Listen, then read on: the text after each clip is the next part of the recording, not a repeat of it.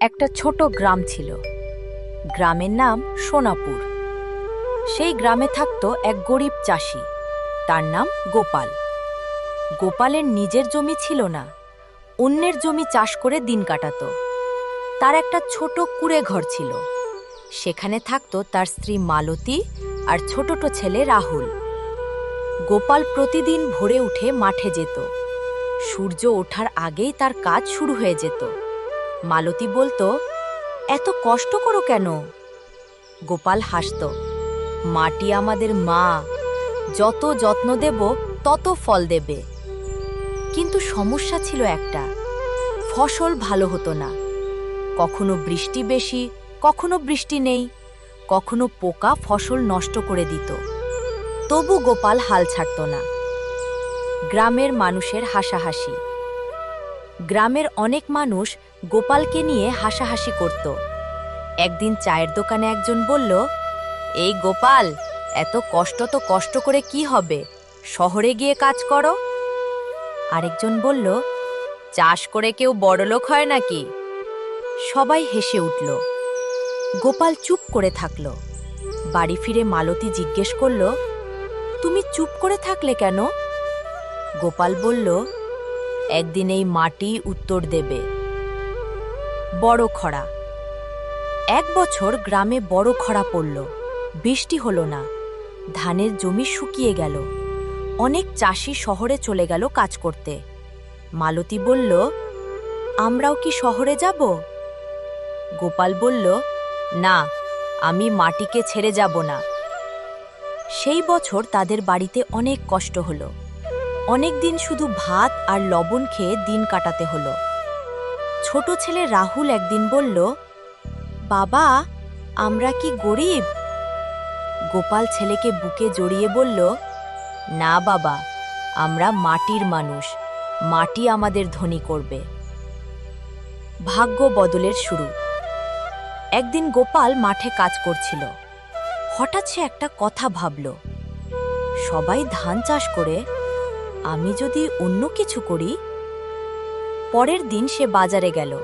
সেখানে একজন কৃষি অফিসার বলল, সবজি চাষ করলে লাভ বেশি। গোপাল নতুন করে চেষ্টা করার সিদ্ধান্ত নিল। সে শুরু করল শসা, টমেটো, লঙ্কা চাষ। গ্রামের লোক আবার হাসতে লাগল, ধান ছেড়ে সবজি, পাগল নাকি? কিন্তু গোপাল থামল না। প্রথম সাফল্য।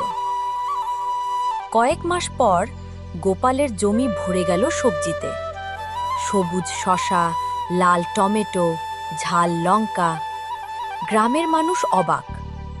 বাজারে সেই সবজি বিক্রি করে গোপাল প্রথমবার ভালো টাকা পেল। সেই দিন বাড়িতে এসে সে মালতীকে বলল, আজ আমরা মাছ খেতে পারব। মালতীর চোখে জল চলে এলো। অনেক দিন পর তাদের ঘরে হাসি ফিরল। গ্রামের পরিবর্তন ধীরে ধীরে গোপালের কথা ছড়িয়ে পড়ল।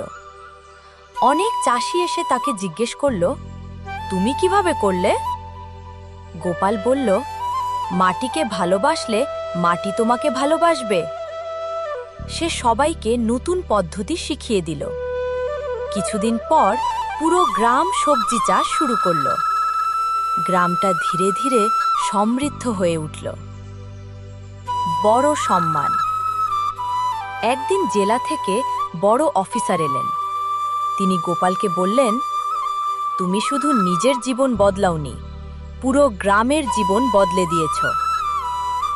গোপালকে দেওয়া হলো সেরা কৃষক পুরস্কার। মঞ্চে দাঁড়িয়ে গোপাল বলল, আমি বড় মানুষ না, আমি শুধু একজন চাষি। মাটি আমাকে শিখিয়েছে, পরিশ্রম করলে কখনো হারতে হয় না। সবাই দাঁড়িয়ে তালি দিল। ছেলের স্বপ্ন। কয়েক বছর পর ছেলে রাহুল বড় হয়ে কৃষি নিয়ে পড়াশোনা করল। সে বলল, বাবা, আমি নতুন প্রযুক্তি দিয়ে চাষ করব। গোপাল হাসল, তুই আমার স্বপ্ন। বাবা ছেলে মিলে নতুন পদ্ধতিতে চাষ শুরু করল। গ্রামটা হয়ে গেল আদর্শ কৃষি গ্রাম। গোপাল বৃদ্ধ হয়ে গেল। একদিন সন্ধ্যায় মাঠে দাঁড়িয়ে সে বলল, আমি ধনী না, কিন্তু আমি সুখী, কারণ আমার জীবন মাটির সাথে। সূর্য ধীরে ধীরে ডুবে গেল, আর মাঠের বাতাস যেন বলল, চাষি শুধু ফসল ফলায় না, সে ভবিষ্যৎ ফলায়। এই গল্পটা ভালো লেগে থাকলে চ্যানেলটা সাবস্ক্রাইব করুন।